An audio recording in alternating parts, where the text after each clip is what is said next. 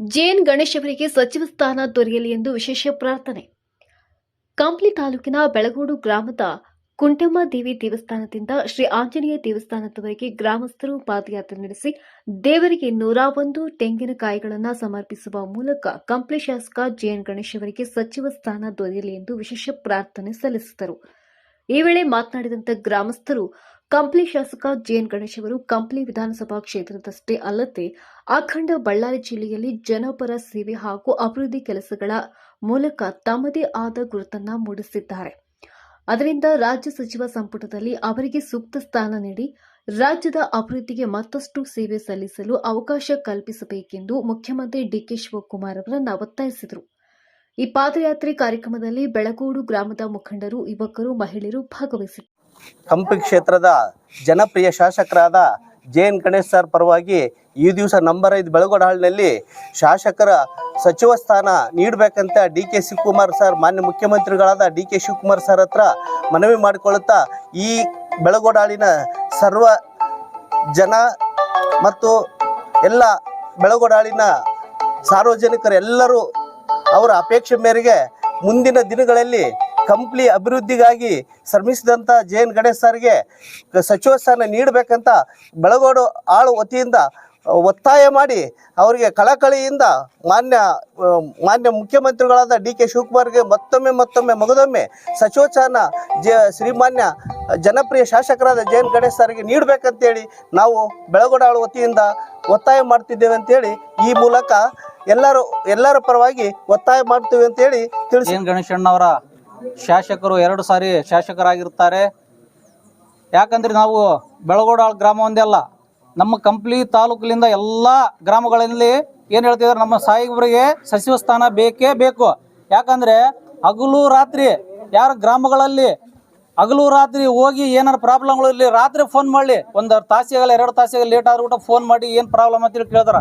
ಇಂಥ ಶಾಸಕರು ನಮಗೆ ಸಿಕ್ಕಿರ್ತಕ್ಕಂಥ ಭಾಳ ನಮಗೆ ಖುಷಿಯಾಗಿರ್ತಕ್ಕಂಥ ವಿಷಯ. ಇದೇ ಥರ ನಮ್ಮ ಶಾಸಕರಿಗೇನ ಸಚಿವ ಸ್ಥಾನ ಮುಖ್ಯಮಂತ್ರಿಗಳು ಡಿಕೆ ಶಿವಕುಮಾರ್ ಸಾಹೇಬರು ಇದಾರಲ್ಲ, ನಮಗೆ ಕೊಡಲೇಬೇಕು ಸಾಹೇಬರಿಗೆ. ಯಾಕಂದರೆ ಅವರು ಹಗಲು ರಾತ್ರಿ ಹೋರಾಟ ಮಾಡಿ ತಿರುವಂದ್ರಾಗ ಕೆಲಸಕ್ಕಂಥ ಶಕ್ತಿ ಇದೆ. ಅವರಿಗೆ ಸಚಿವ ಸ್ಥಾನ ಕೊಡೋದ್ರಿಂದ ನಮ್ಮ ಕರ್ನಾಟಕದಲ್ಲಿ ಪ್ರತಿಯೊಂದು ಜಿಲ್ಲೆಗಳಾಗಿರ್ಬೋದು, ಪ್ರತಿಯೊಂದು ತಾಲೂಕುಗಳಾಗಿರ್ಬೋದು ಹೋಗಿ ಹೋರಾಟ ಮಾಡಿ ಏನು ಬೇಕು ಕಾರ್ಯಕ್ರಮಗಳು ಅಲ್ಲಿ ಇರ್ತಕ್ಕಂಥ ಸಮಸ್ಯೆಗಳೆಲ್ಲ ಬಗೆಹರಿಸ್ತಕ್ಕಂಥ ಶಕ್ತಿ ಅವರಲ್ಲಿದೆ. ಅದಕ್ಕೋಸ್ಕರ ನಮ್ಮ 5 ಬೆಳಗೋಡಾಳ್ ಗ್ರಾಮದಿಂದ ವತಿಯಿಂದ ಹಿರಿಯರು ಮತ್ತು ಮುಖಂಡರು ಎಲ್ಲರೂ ಕಲಿತು ಇವತ್ತು ಈ ದೇವಸ್ಥಾನದಲ್ಲಿ ಅವರ ಕಾಯಿ ಹೊಡಿತ ಕುಂಟಮ್ಮ ಗುಡಿಗಳಿಂದ ಹಿಡಿದು ಆಂಜನೇಯ ಗುಡಿವರೆಗೆ ಪಾದಯಾತ್ರೆ ಮಾಡಿ ಕಾಯಿ ಹೊಡಿತಕ್ಕಂಥ ಕಾರ್ಯಕ್ರಮಗಳು ಮಾಡಿ, ಯಾಕೋಸ್ಕರ ಅಂದ್ರೆ ಅವ್ರಿಗೆ ಸಚಿವ ಸ್ಥಾನ ಕೊಡಲೇಬೇಕು, ಬೇಕೇ ಬೇಕು, ಸಚಿವ ಸ್ಥಾನ ಬೇಕು. ಯಾಕಂದ್ರೆ ಅವರು ಜನಪ್ರಿಯ ಶಾಸಕರಾಗಿರ್ತಾರೆ ಜೆಎನ್ ಗಣೇಶ್ ಅವರು. ರಾತ್ರಿ ಹಗಲು ನೀವು ಎನಿ ಟೈಮ್ 24 ಅವರ್ನ ಯಾವಾಗನ ಫೋನ್ ಮಾಡ್ರಿ, ಎನಿ ಟೈಮ್ ಫೋನ್ ಪಿಕಪ್ ಮಾಡಿ ಮಾತಾಡ್ತಕ್ಕಂಥ ಶಾಸಕರ ಕರ್ನಾಟಕದ ಜೆಎನ್ ಗಣೇಶ್ ಅಂತೇಳಿ MLA ಅಂತ ಹೇಳ್ತಿದ್ವಿ. ಜೆಎನ್ ಗಣೇಶ್ ಅವರಿಗೆ ಸಚಿವ ಸ್ಥಾನ ಕೊಡ್ಬೇಕಂತ ಡಿಕೆ ಶಿವಕುಮಾರ್ ಅವರಿಗೆ ನಮ್ಮ ಊರಿನ ಪರವಾಗಿ ಎಲ್ಲರಿಗೆ ಮನವಿ ಮಾಡಿಕೊಡ್ತೀನಿ ಅಂತ ಕೇಳ್ಕೊಳ್ತೀನಿ. KPC ಅಧ್ಯಕ್ಷರಿಗೂ ಹಾಗೂ ಮುಖ್ಯಮಂತ್ರಿ ಡಿಕೆ ಸಾಹೇಬರಿಗೂ ಎಲ್ಲರಿಗೂ ತಿಳಿಸಿದೆ ಅಂದರೆ, ನಮ್ಮ ಜೆಎನ್ ಗಣೇಶ್ ಅವರು ಭಾರಿ ಇಂಪ್ರೂವ್ಮೆಂಟ್ ಮಾಡಿದ್ದಾರೆ ಇಲ್ಲೆಲ್ಲ ಏರಿಯಾದಲ್ಲಿ. ಅವ್ರಿಗೆ ಸಚಿವ ಸ್ಥಾನ ಕೊಟ್ಟರೆ ಅವ್ರಿಗೆ ಕರ್ನಾಟಕದಾದ್ಯಂತ ಒಳ್ಳೆ ಕೆಲಸ ಅಭಿವೃದ್ಧಿ ಕೆಲಸಗಳು ಮಾಡ್ತಾರೆ. ಅದಕ್ಕಾಗಿ ಅವರಿಗೆ ಸಚಿವ ಸ್ಥಾನ ಕೊಡಲೇಬೇಕು, ಕೊಟ್ಟರೆ ಒಳ್ಳೆಯದಾಗ್ತದೆ ಅಂತ ನಮ್ಮ ಅನಿಸಿಕೆ. ಸ್ಥಾನ ಕೊಡಬೇಕಂತ ಮಾನ್ಯ ಮುಖ್ಯಮಂತ್ರಿಗಳಲ್ಲಿ ಡಿಕೆ ಶಿವಕುಮಾರ್ ಅವ್ರಿಗೆ ವಿನಂತಿ ಮಾಡ್ಕೊಳ್ತಿದ್ವಿ. ಯಾಕಪ್ಪ ಅಂದ್ರೆ ಅತಿ ಸುಲಭವಾಗಿ ಸಿಗುವಂತ MLA ಈಗಿನ ನಮ್ಮ ಕಂಪ್ಲಿ ಕ್ಷೇತ್ರದಲ್ಲಿ ನಮಗೆ ದೊರಕಿದ್ದಾರೆ. ಹಿಂದೇನು ಯಾರು ಸಿಕ್ಕಿಲ್ಲ, ಮುಂದೆ ಸಿಗ್ತಾರೋ ಇಲ್ಲೋ ಗೊತ್ತಿಲ್ಲ. ಈಗ ಸಿಕ್ಕಿರೋದು ನಮಗೆ ಸುಲಭ. ಯಾಕಪ್ಪ ಅಂದ್ರೆ ಯಾವುದೇ ಒಬ್ಬ MLA ಕಾಂಟ್ಯಾಕ್ಟ್ ಮಾಡ್ಬೇಕಂದ್ರೆ ಅವ್ರ ಕಾರ್ಯದರ್ಶಿಗಳನ್ನ ಹಿಡ್ಕೊಂಡು ಸಂಘ ಆತ BJP ಯಾವುದೋ ಒಂದು ಪಕ್ಷ ಆಗಿರ್ಬೋದು, ಅವ್ರು ಮುಖ್ಯ ಅಧ್ಯಕ್ಷರನ್ನ ಹಿಡ್ಕೊಂಡು ಅವರಿಂದ ಕಾಂಟ್ಯಾಕ್ಟ್ ಮಾಡಿ ಅವ್ರು ಯಾವ ಊರಾಗಿರ್ತಾರೋ ಅವ್ರ ಹತ್ರ ಹೋಗಿ ಅವ್ರನ್ನ ಕಾಂಟ್ಯಾಕ್ಟ್ ಮಾಡ್ಬೇಕಂದ್ರೆ ಒಬ್ಬ MLA ಕಾಂಟ್ಯಾಕ್ಟ್ ಮಾಡ್ಬೇಕಂದ್ರೆ 5 ರಿಂದ 10 ದಿನ ಟೈಮ್ ಬೇಕು. ಆದ್ರೆ ನಮ್ಮ ಗಣೇಶ್ ಅಣ್ಣಗೆ ಆ ರೀತಿ ಅಲ್ಲ. 1 ದಿನ ಹೋದ್ರೆ ಅಲ್ಲಿ ಮನೆ ಹತ್ರ ಹೋದ್ರೆ, ಇಲ್ಲಾಂದ್ರೆ 2ನೇ ದಿನ ಬರ್ರಿ ಅಂತ ಹೇಳ್ತಾರೆ, ಅವತ್ತು ಇದ್ದೇ ಇರ್ತಾರೋ ಅಲ್ಲಿ. ಅಷ್ಟು ಸುಲಭವಾಗಿ ನಮ್ಮ ಕೈನಲ್ಲಿ ಅವ್ರು ದೊರಕ್ತಾರೆ.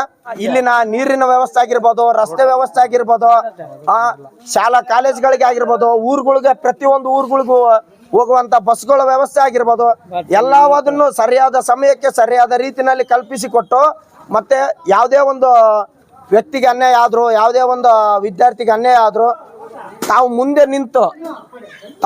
ನಿಂತು ತಮ್ಮ ಒಂದು ಮುಖ್ಯಸ್ಥನ್ನ ವಹಿಸ್ಕೊಂಡು ಅದಕ್ಕೆ ಪರಿಹಾರ ನೀಡ್ತಾರೆ.